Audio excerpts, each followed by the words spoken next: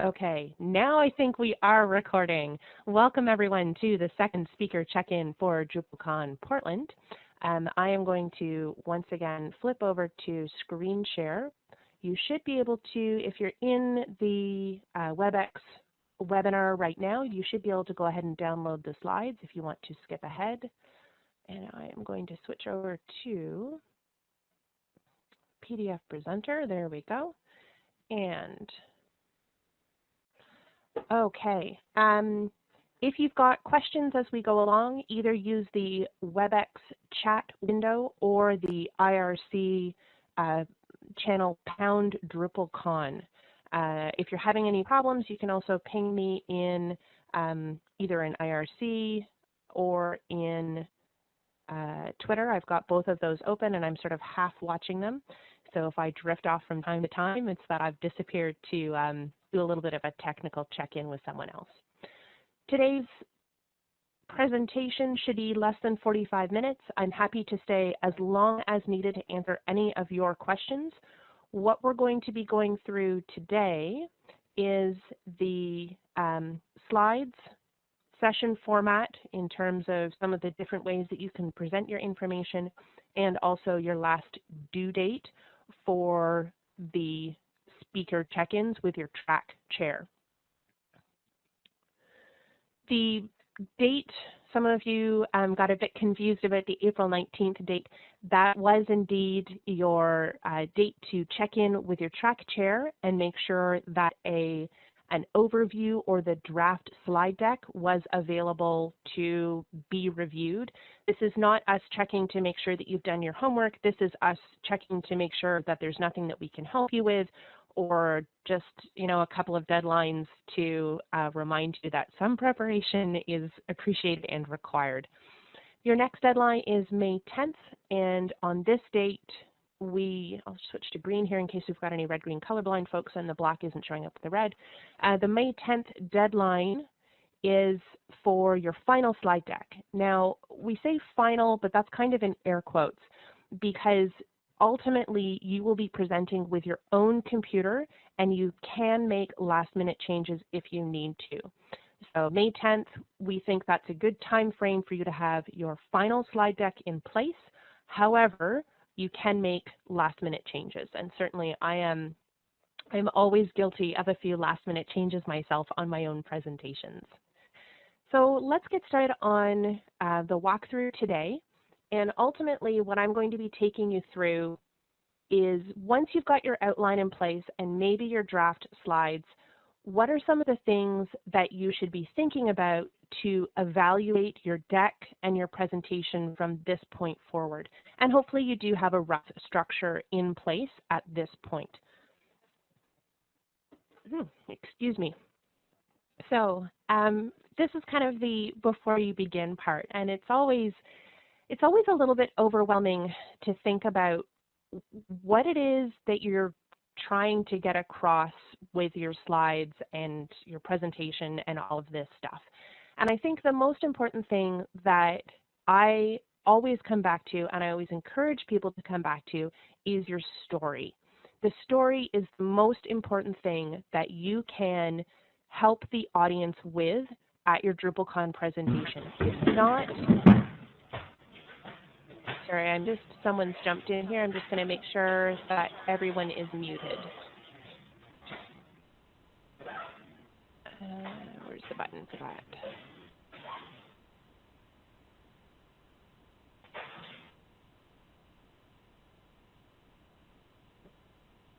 There we go.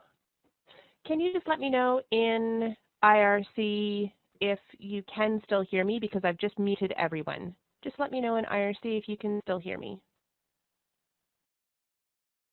Excellent. Okay, great. So the story is the most important thing that you need to get across during your DrupalCon presentation. It's not the tiny technical details that are maybe the most important thing to you, but it's not necessarily the most important thing for someone to remember about your presentation. They simply need to remember that you had important details that they should go back and look up. So really what we want people to be doing is answering the question, so what? Why should I care about this presentation? What was it about the story that I need to come back to later on? How is it going to impact my future self? Ultimately, you should know the desired outcome for your audience as well. And that means that at the end of the presentation, they're going to have a specific takeaway or a specific action that you want them to take. And then the week after DrupalCon, when they're at work, they're going to be able to put into action your story. So keeping a focus on that one thing that you want people to do, or that one desired outcome, is really going to help focus your slides and eliminate a lot of the stuff that, quite frankly, people aren't going to remember anyways. It's going to make the presentation more confusing, and we want to simplify, we want to refine, and we want to make this into, as I referred to in the first speaker check-in, an edutainment experience. We want to engage and excite people, but we don't expect them to actually walk out of the room with new capacity or a new skill set. It's not the same as a training session where we expect some learner outcomes on this.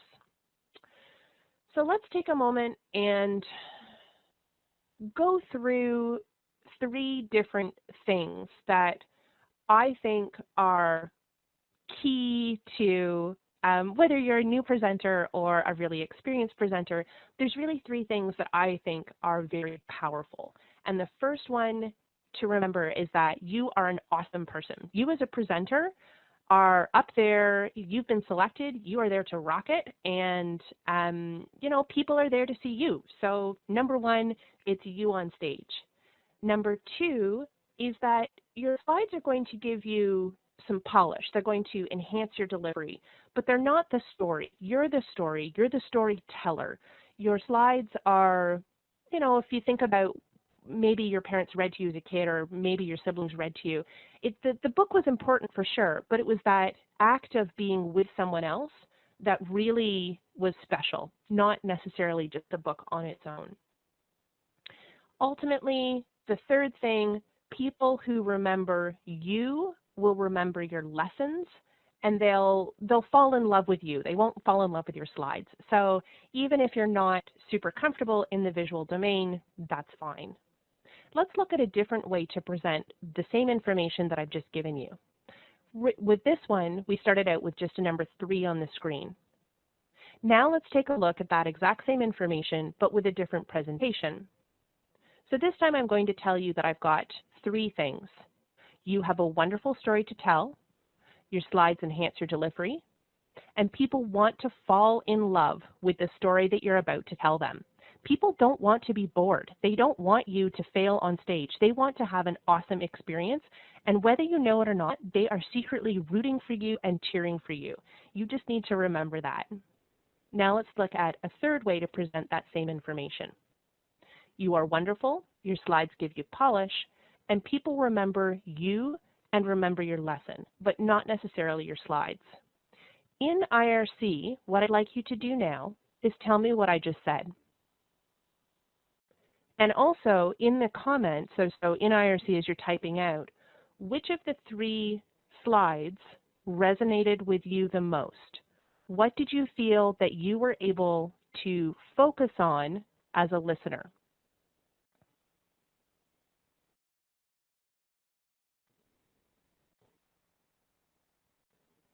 So I'll just pause for a second here and have the IRC take over for a second. I'll read some. People fall in love with you. It's not the slides. This is great. And what were some of the visuals that stuck with you personally? Because we tend to prepare slide decks that resonate with us, which is great because when you're on stage, you also want it to feel familiar and comfortable for you. Did you like the number presentation better, where I just had the number 3? Or did you like it when there was words to follow along with?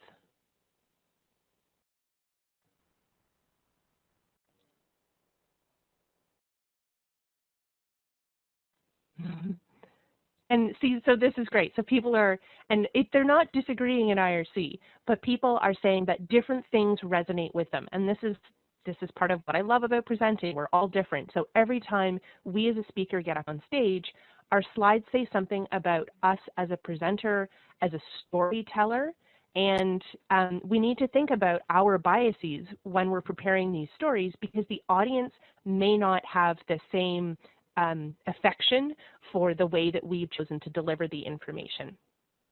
So let's go through a couple of really text-heavy slides here and take a look. I'm just going to sort of read through them with you. Webinar delivery is very difficult because you can't see my charming self on stage. So let's read through a couple of different text-heavy slides before we get to some of the pictures. All right, so the first one here is when teachers care, students engage. This slide is using an assertion-based title. Commonly what we do is we put questions at the top and then we put bullets at the bottom that answer those questions. I've been trying to get away from that and moving more towards assertion-based statements or assertion-based slides that have the summary or the answer on top. Because if people are reading email or they're looking away, that's what they're going to look up to quickly is the headline. So I want to give all of my information in the headline instead of the question in the headline. Now let's take a look at what these points are and what that actually means, that when teachers care, students engage. So to engage the audience, you need to care about your topic. And I think that this is the biggest takeaway that I can give you, that I can share with you, is you having a passion for what you're sharing with people that's going to be infectious. So I want you, when you're on stage, in your story, in your presentation, to reveal your curiosity and your passion. I want you to tell a story to people, and this can be about failure or it can be success. But telling a story will really pull people in and give them a reason to connect with your information. One of the things that I like doing is to make connections to other sessions. If you're the first presentation in your session or in your track or in your day, you can still connect to the keynote. And if there's no connections, obviously just skip this. But it is kind of a nice thing to be able to do and say, remember in this session when that presenter was talking about blah, well, my foo is similar to their blah. Make those connections for people. Highlight important things. So really spend some time to punch up the stuff that you think is important. And if we think about how graphic that number 3 was, the number 3 didn't matter at all, but it sure gave a highlight to something specific because it was so different from the previous 4 slides and then the subsequent 2 slides. This is a DrupalCon specific rule. We ask that you don't sell or pitch commercial products. And that's because, well, for a lot of different reasons, but ultimately it's really hard to get excited about a sales pitch. My apologies to any salespeople who are on this speaker check-in or watching later. I'm sure yours are much better than most of the ones that I've seen, and I look forward to seeing your pitch, just not on DrupalCon stage. And finally, on this point, in terms of when teachers care, students engage, let your slide deck support your story. Your slides aren't the full story. You are the story, and your experiences are the story. Your slides should be supporting that story. Your slides should enhance your story. Sorry, I'm just scanning back to see if there was anything else. Nope, we're good in IRC, good. So your slides should enhance your story. And one of the things that's difficult is we can work either in an oral domain or oh gosh, now I can't think of which oral was I doing O-R-A-L or A-U-R-O? In any case, we can do one thing and only one thing. We can experience in one sense or another, but it's very difficult to experience in 2 senses. At this point in time, type into IRC, were you reading or listening?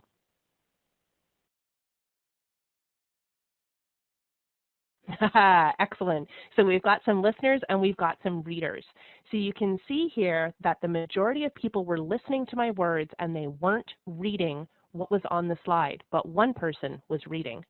So people can generally do one or the other, but both is very difficult. So if you have a lot of words on your slide, caution. While your audience is reading, they are not listening to you. You can go back and forth, but generally speaking, unless you are reading the words on the slide, it's very difficult for people to sync up that information.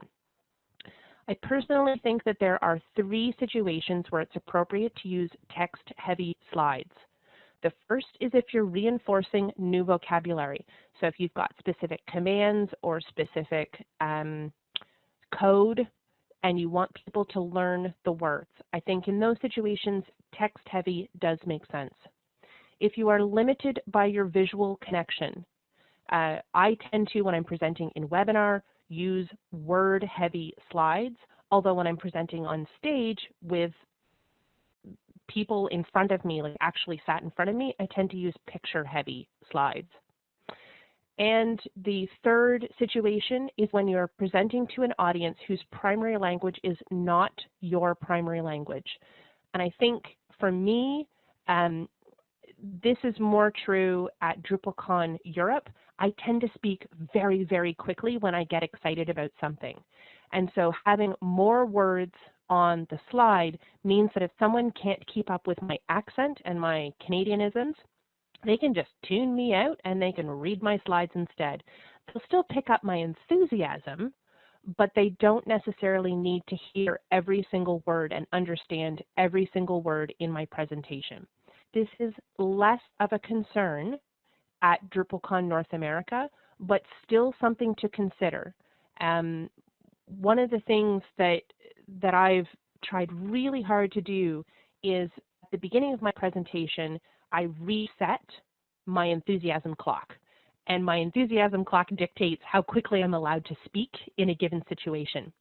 If you go back and watch my Munich presentation, watch the first sort of minute or two and then fast forward to where I start ranting, which I think is maybe 3/4 of the way through. There's a snap where I click into a level of enthusiasm that has a much, much faster pace to it. We can, Lorna is saying she speaks slower for a US audience because she's British. But it is something to think about is your pacing. You want to show your enthusiasm, but not to the detriment of your audience being able to understand what you're saying. And certainly text-heavy slides can help in those situations. All right, let's take a look at our third text-heavy slide here. And this one, I've changed the language on this one to relate more to or to use the language that we use in web accessibility. And here I've said that good slides can be perceived. And for those of you who have done some web accessibility work, what are the 2 different ways that perceived or perception is interpreted? In IRC, just go ahead and type it in. I know that there are a few of you who've done at least usability work, if not accessibility work as well. So again, what are the 2, and the English majors among you, yes, Seth, go ahead. What are the 2 different definitions of what perceived can mean? Oh, I'm getting crickets on this one. Let's see if anyone gets it.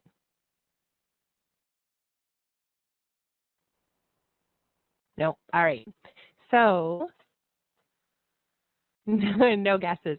So the two ways that perception matters, and especially when it comes to slide decks and information, is can I see the information and do I understand the information? The sort of do I understand bit is what's the point of the slide? Is this a joke that other people are going to understand? Can this be perceived by the audience in the sense of understood? Is it going to relate to your story and enhance your story? How does the imagery, in other words, support your story? How does the slide support the story? Now, the second definition is simply, can you read it? Can you see it? Can someone at the back of the room read this slide? One of the things that I do when if I can get away with it, I go into the room that I'm going to be presenting in the very beginning of the day before the first session, and I go back and I talk to the AV tech folk and I say, can I plug in? I just need to make sure that my fonts are big enough. I plug myself in and my vision's pretty good. So I take my glasses off and I walk to the back of the room and I flip through my slides and I check to see, can I actually read my own slides? And if I can't, I do whatever I can to increase the font size, increase the contrast, and make them easier to see the slides. Now, if your slides are as text heavy as this is, you have no room to fiddle around in terms of improving the perception or seeability, if that's a word. It is now, of course, because I've just said it, of those slides. So give yourself some wiggle room. So we've talked here about font size and then also high enough contrast and taking the time to actually check to make sure that that this is possible. So question in IRC is, do we have access to these folks, AV people, and when? What I have always done, so this is a question from Seth, what I have always done is just shown up at the conference, quote unquote, early. Generally speaking, on Monday, they are in the rooms and setting up the AV. Now, go and find your room. I am not sure which rooms we're using for DrupalCon Portland, but I know that there are small rooms and I know that there are big rooms. If you're in a room that holds 100 people or 50 people, you're fine. You don't need to double check it because people will physically be forced closer to the screen. If you're in a room that holds a few hundred people, people like to sit in the back row. That's when you do need to check in with the AV folks. They are probably going to be setting up on the Monday, but they'll also be there, generally speaking, as of the keynote each morning. So you should be able to go in and just check with them. You also, at registration, can simply ask, you know, who can I go and talk to who's on site that day to point you in the right direction.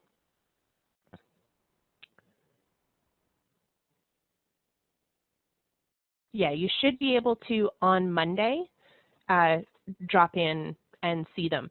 In my experience, the AV people get really excited when you care enough about your presentation to show up ahead of time and check in with them, but you might need to be a bit flexible and just say, hey, I'm hoping to hop on stage and check these slides out.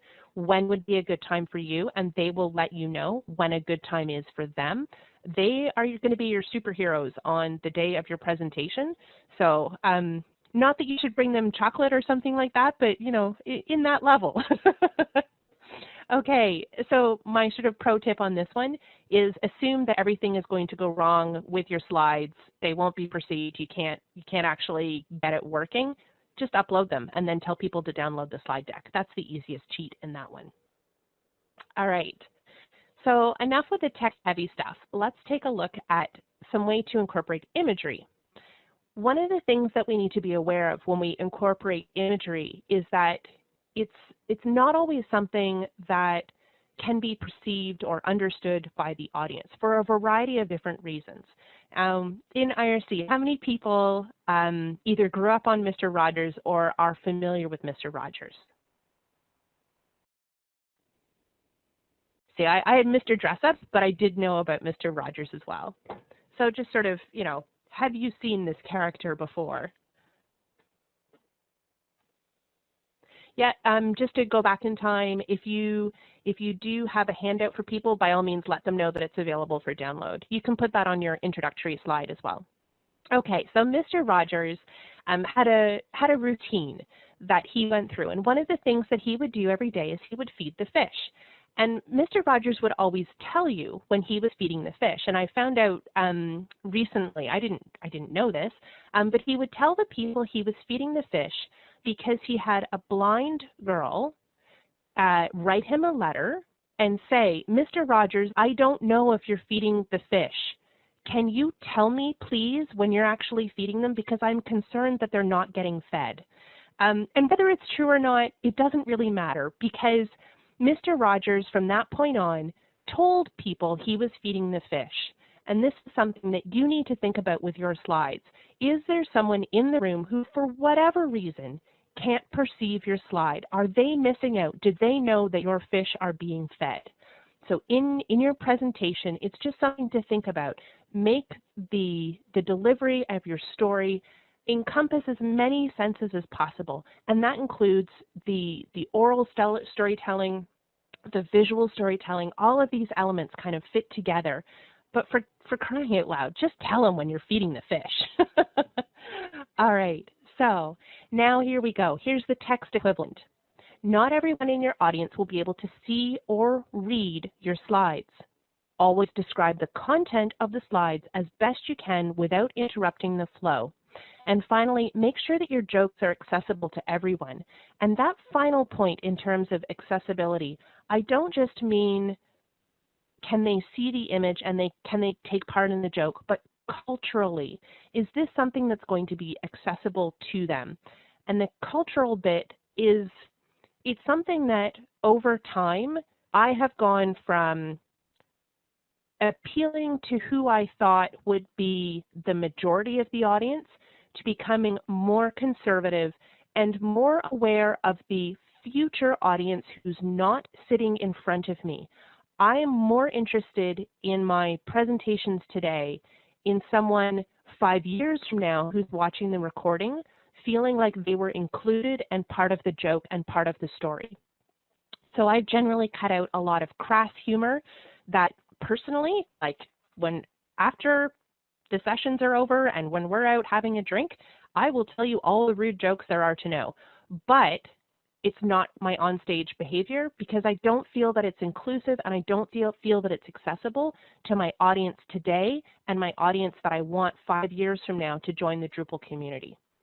So that's my kind of like soapbox story about jokes. I'm happy to review if you're not sure if your content is going to be perceived as funny. I'm happy to go over that with you, but ultimately, you're all smart folks. I bet you can figure it out. Okay, so the next piece, I will in blue circle this one. Templates are required. Yes, I know that Seth did not want to use the templates yesterday. I feel kind of bad that I keep calling him out on this, but you know, I got to pick on someone, right? So yes, templates are required, and that's because we use them at the beginning and at the end of your slide decks. The templates are available on the speaker resources page. So probably that's where the page you went to find out how to click through and sign up for the webinar today. If you go simply to the DrupalCon Portland site and then under speakers and speaker resources, those downloadable templates are there. You don't need to use them for your whole slide deck. And in fact, if you use them for the middle of your slide deck and use the 18 layers of nested bullet points down to a 0.2 font, I am going to unfriend you, and that's it. Like, no friending of people who use 18 layers of nested bullet points down to a 0.2 font. But please, please, please, please use the intro and outro templates. Add another title page for your own slide, no problem.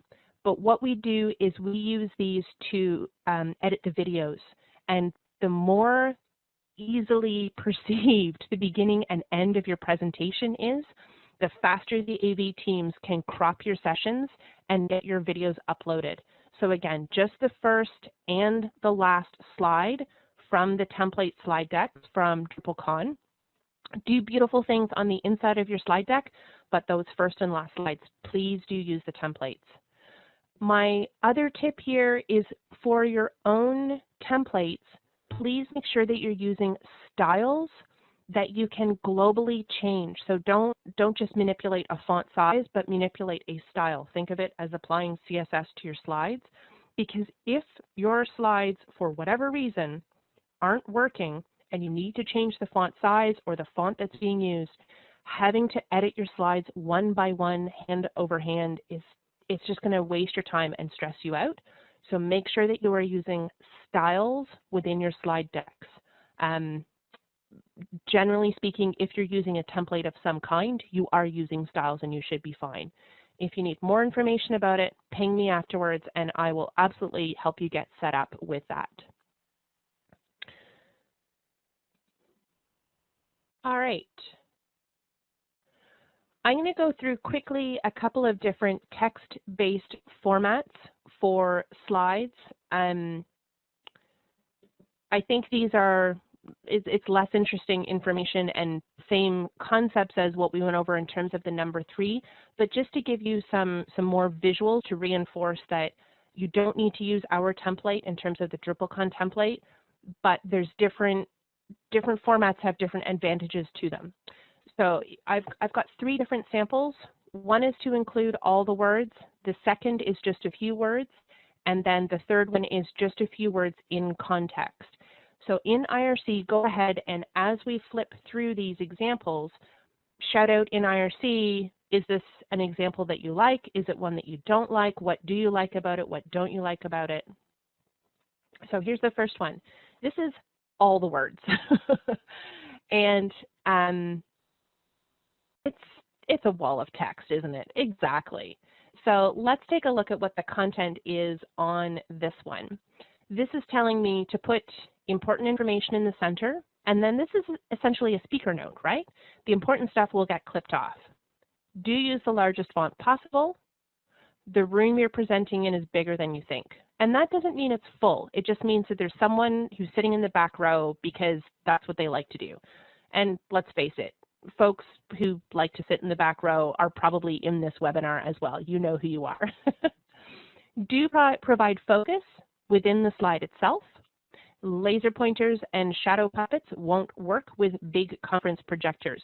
One of my favorite things to do is to sit in front of the projector and like actually get my hands up in there and point at code and like do little shadowy puppet things. Now that we're using big girl projectors that do rear screen, like they present from behind instead of in front, this doesn't work, and it saddens me deeply, but it means that I've had to put the focus within the slide itself. Do embed videos instead of using live demos. No one wants to watch you fail. Everyone wants to see you succeed. Do use images to support your message or not, whatever works really. Do ensure everyone can participate. My safest assumption for this is assume that Everett is going to be sitting in your presentation, and Everett can be everywhere all of the time, and Everett will let you know if he cannot perceive the content. Okay, same slide, different way of absorbing the information. This time I'm going to give you only one of those bullet points at a time. Put information in the center. Now I, as the speaker, have to remember that the subtext is the important stuff will get clipped off. And the next one down, use the largest font possible. The room you're presenting in is bigger than you think, so you want to make sure that font is big. A couple of suggestions in IRC is to use a minimum of 18 point for the font size. The other thing to be aware of is you want to turn off auto resizing on your slides, because that'll squish the font down. So you think it's 18 point, but actually it's just bumped down to 12 point because you filled up the slide. The third one here, provide focus within the slide. Laser pointers and shadow puppets won't work with big conference projectors, so make sure that the focus can exist within the slide itself. And one more way of presenting that same, focus could be, well, I've got a couple of examples later on, but more to do with code. So let me skip through these other examples and show you the code stuff specifically in a couple of slides. Okay, so same 3 bullet points that we're going to take a look at, and this time I'm going to highlight one at a time. So once again, there's no speaker notes on the slide. Put information in the center, the important stuff will get clipped off, and then I go to the next slide, use the largest possible font, the room's bigger than you think, minimum 18-point font, and the third point, provide focus within the slide. Don't rely on external things to be able to point out font. Okay, so that's 3 different ways of presenting exactly the same information, and choose one that you like, or choose none of them. It doesn't really matter as long as you're consistent and you're enhancing your story. All right, so now we move on to more images and some more examples. I tend to present with more pictures and tell a story that goes along with my pictures, in part because I my early career as a public speaker involved memorizing 4-minute speeches and then spitting back exactly the same words. I'm lousy at it. I'm really, really lousy at staying on script. I'm really great, though, at telling a story. So I personally am a lot more comfortable putting up an image that triggers me into telling the supporting story. All right, now let's take a look at, I think there's about half a dozen of these examples. So number one, what language is this? Let's see if there's anyone who can pick this one out. Spanish, thank you. And if you don't speak Spanish, which I don't, do you recognize what this might be about? Are there any visual cues in here? Clout, yeah. So even if you don't speak the language, it's not your natural language, it's not even a language that you speak, forget about it being your first or more common language, there's still some cues in here that you can relate to and a couple of words that you can mix and match with. Beautiful, beautiful slide deck. This is, if you've downloaded the PDF yourself of the slides, this is on Speaker Deck, and it's the URL's up in the top. There it is there. But it's big, it's bold, it's got some focus with some examples, and it also has quadrants in terms of saying in the bottom right, in the bottom left, you've got areas that you can provide focus with through language, even if you don't have access to a pointer. The next one here is, perhaps some of you have seen this slide before. Does anyone know if okay, without looking at who it is, does anyone know whose slide this is? Have you seen this presentation before? Yeah, it's an Eaton slide. Yeah. So this one here is great in terms of telling a story to go along with a graphic.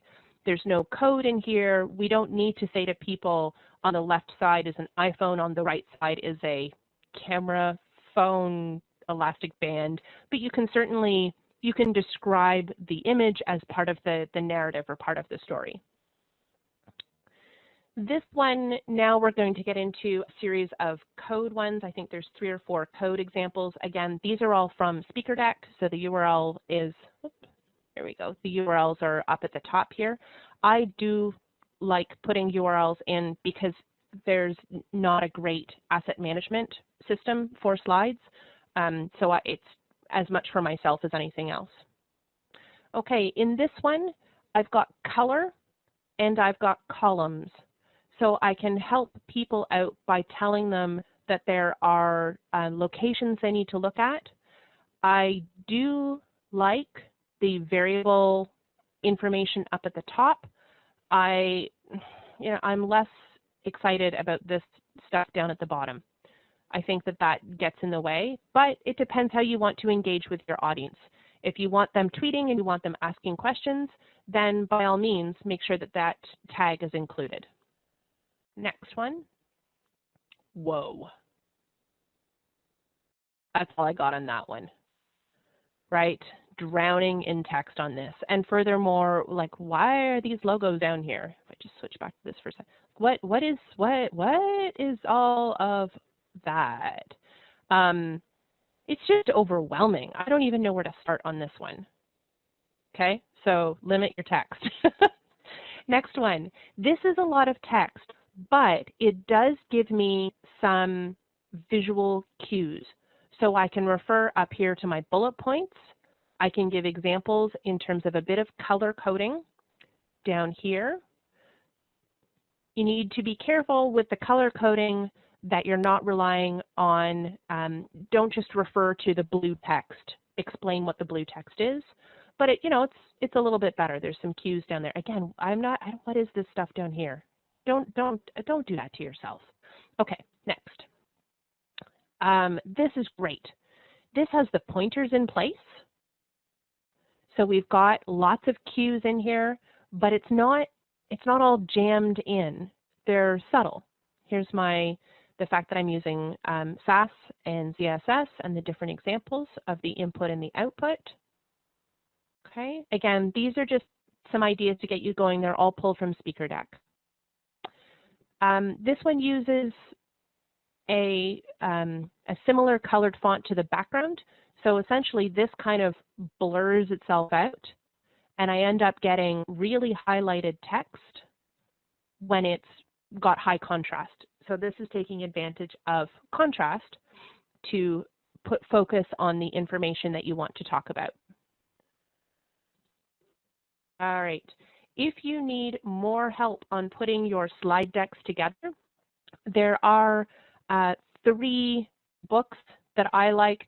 All of my inspiration was pulled from speakerdeck.com. Awesome resource. Go fill your boots and flip through slide decks there. The 3 print books that I quite like are Presentations and Slideology, and if you can find it, The Cognitive Style of PowerPoint. Does anyone have any other favorites for slide design, just in IRC? Do you have any other favorites for slide design?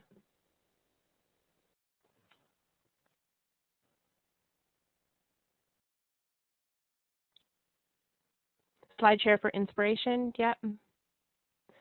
Presentation patterns. I got to admit, I did not love presentation patterns, but I will definitely write it down here. Whoops, if I can type, please.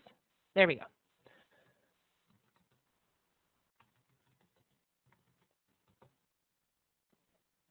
Yep, Zen, presentation Zen, yep. Yep. So presentation patterns is a recently released book that gives basically like coding patterns except for slide decks. I had very high hopes for it. It's not really the book's fault. It's more I should have not have had the expectations that I did. Okay, so it looks like those are some of the more popular ones. Now let's kind of get a little crazy and say, what if you're not going to do a slide deck? Not every presentation has to have a slide deck. There are, I would say, 3 different styles that inherently don't have a slide deck. The first is a panel discussion, and this perhaps gives you an indication of what I think of panel discussions. How much fun does that look like to sit through? And yes, I have blurred out the conference. I love them dearly, but I've tried to anonymize them. It's not fun. Everyone gets 30 seconds, and it's not fun for the audience. So yeah, panels can be really, really good if they are set up like debates and the presenters prepare to argue and they come prepared. The moderator is a very, very critical role in a panel discussion, and this is very different from a group presentation. So this is just, you know, people show up and answer questions kind of ish. You can do it. They're not a lot of fun for the audience though. The next one is a fireside chat. This format is what Dries used for his DrupalCon Munich keynote presentation. And I think this can work really well, especially for, and not saying that this is why Dries used it, but this is great for folks who have massive stage fright. So you can have, now I don't know who it was in this one, but let's assume this guy is the asker and these guys are the answerers. You can set up a really nice friendly dynamic where the person who is presenting or the expert, take a look, he's not looking at the audience at all. So he can be totally focused on the other person on the stage with him. And I do think this is totally appropriate and makes sense, especially in situations where the subject matter expert is not, they are totally overwhelmed by public speaking and it just makes them want to blow into a paper bag. I think it's a great format for those folks. The third one is the live demo. And we all want live demos to go as well as a Steve Jobs live demo, but the reality is, as speakers, we do not have as much control over our presentation environment as what Steve Jobs, and quite frankly, the amount of time that he was able to commit to his live demos. When mere mortals like us do live demos, they end up going like this. And remember, maybe you do, maybe you don't. This is a live demo where he couldn't get online because there was too many people in the audience using up his bandwidth. He was not a happy camper. This is the unhappy face of Steve Jobs. So what you want to do is control your environment as much as possible if you are giving a live demo. And to me, that means screencast your live demo ahead of time so that you can hit play and show people a live demo, but it's pre-recorded. So it's still live, it's just not live to air, it's live to tape. You need to make your own decisions. I would highly, highly recommend that you not put yourself in Steve Jobs' shoes and attempt live demos. When they fail, they are disrespectful to the audience, and it becomes more and more difficult for the audience to love you if they feel that their time is being wasted. Okay, so in our presentations, we went through a couple of different examples in terms of slide decks and that kind of stuff, but ultimately, what's your story? What's your style? And what's your point? What do you want people to remember? How do you want to deliver it so that it is memorable for them and fun and engaging for you? And really, what's the story or the experience that you want people to walk away with? Ensure your presentation has a message. I like it when stories have a take-home that the audience can share with other people. Ensure every slide supports your message. Ensure every slide can be perceived by the audience. Use any format you like. We looked at a bunch of different formats today, but be consistent throughout your presentation. Please do use the intro and outro slides for video editing purposes. And, most of all, I want you to have fun during this presentation that you're going to be giving at DrupalCon. Your remaining due dates are May 10th. You should have a final slide deck in place. Yes, you will be presenting from your own computer, so you can make any last-minute changes that you want. You can upload your slides early if you like, and then continue uploading your slides as you make changes. Let people know that the slides are there for them to download ahead of time, or if for some reason mystery and mystique is really important to your presentation, you can wait until afterwards to do that final upload. I'm happy to take questions. I did want to keep this to under 45 minutes. I've gone over by a little bit, but I will stick around for as long as people would like. And I do see I've already got some questions in here. So let me just go back into IRC and answer some of these questions. Question, do you record your narrative on the recorded demo, or do you speak live over the playing video? This is kind of, it's kind of risky to expect the microphone to correctly tap into your computer. So I would say that it's fine to simply record the demo and then speak live over top of it. But the advantage of recording the audio as well is that you can simply upload that demo for people to review afterwards.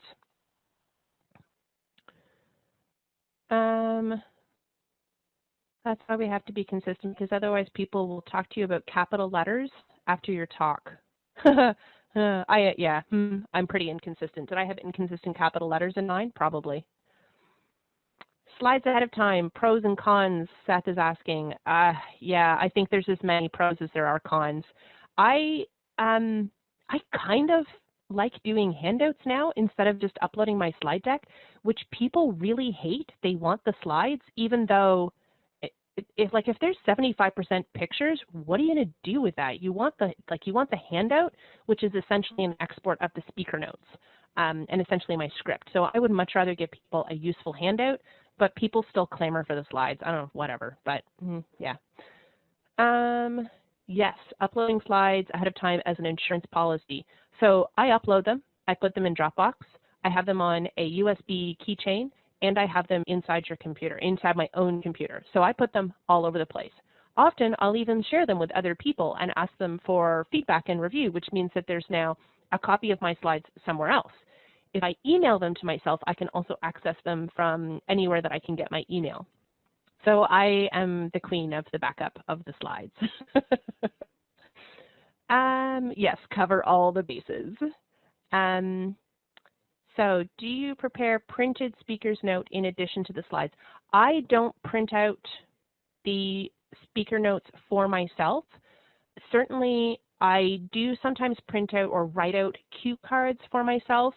One of the things I ran into, I definitely don't print to give out the handouts because you never know how many people will be showing up, so I always do that digitally. But for speaker's notes for myself, one big caution, I was on the big stage in Munich just because that was the room I was assigned to, and the monitor at the bottom of the stage did not include my speaker notes. It only included what was displaying behind me, which meant that if I wanted to see my speaker notes, I had to walk back over to where my laptop was to read what the speaker notes were on the slide. If you are a pacer like I am, you'll be walking away from your laptop and then back to it. It was unexpected to not have access to my speaker notes inside my computer. So for you, if that means printing it out, by all means, have a printout as well, or just be aware that you may not have access to those speaker notes. So this is where practicing is going to help. And if you know you're going to need them, definitely print out the notes as well. That's a great idea. Great tip to set up a separate user account on your laptop for the presentation. That way you won't have Skype, IM, notifications, etc. interrupting your presentation. That's a great tip. Question, do you think the thing where people think they want slides is actually they want handouts? And will that change? I don't know. I don't know why people want the slide deck. I think they want to relive in their mind the experience of the presentation, but I don't know. And it could also, to be completely fair, it could also be to do with learning styles, and people will trigger the story better with a visual cue rather than just straight text. So one of the things that I did for the Munich handout was I included the relevant pictures, and I spent a fair amount of time on my 14-page handout, and no one gave me compliments on it. So I thought it was important. I thought it was a really useful document, but I did not get overwhelmed with compliments on it. So you can decide if you want to spend time on it. I personally think as an educator, it is time well spent for my future learners, but like I said, people did not overwhelm me with compliments on it. Other questions? Webinar is a black background with white text. Is that because we're watching on our computer for projecting on a big screen? Is dark text on white background better?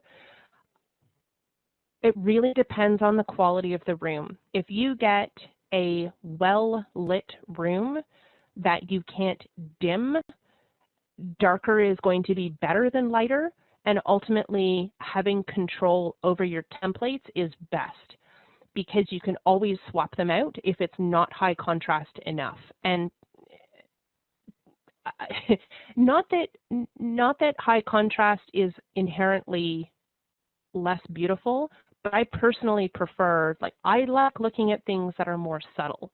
And it's really hard to be subtle if you want people to be able to read your slides in a well-lit room that is not optimized for slide projection.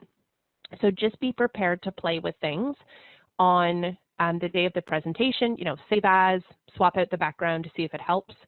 And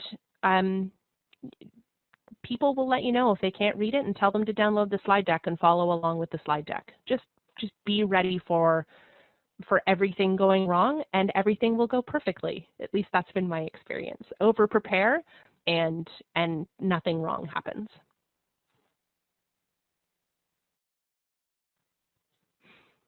So my final thought for you today is that, more questions? Yes. If your deck is in HTML, yep, just a URL is fine. No problems there. Again, make sure you do, in that case, a screen capture of the template, just something for at the beginning and something at the end so that the video editors can see where the beginnings and ends are, because they're looking for that flash of the template. And you can just do a screenshot of that. That's no problem to put that picture in. My final quote today, and do feel free to drop off if you are heading out. If you've got more questions, that's fine too. But my quote for you to remember is that one repays a teacher badly if one always remains nothing but a pupil. So I would love for your presentations at DrupalCon to be like 1,000,000 times better than mine, and for you to just rock out and do an awesome job. And I think you can. I think that everyone has a really interesting and exciting story to tell, and the way that you deliver it does not need to be the same way as mine. It needs to be unique to you, and you are going to rock it out. And I look forward to getting some new presentation tips from you after I've seen you present, which I'm totally stoked about. So thanks, everyone. I'm going to end the recording, but I will stick around in IRC if you've got more questions. And if you do need to ping me, if you want support, if you want help, whatever it happens to be, just let me pull up that first slide again. Here are the ways to get in touch with me. On IRC, I'm Emma Jane. By email, emma@emmajane.net, or on Twitter, I'm EmmaJaneHW. Thanks, everyone.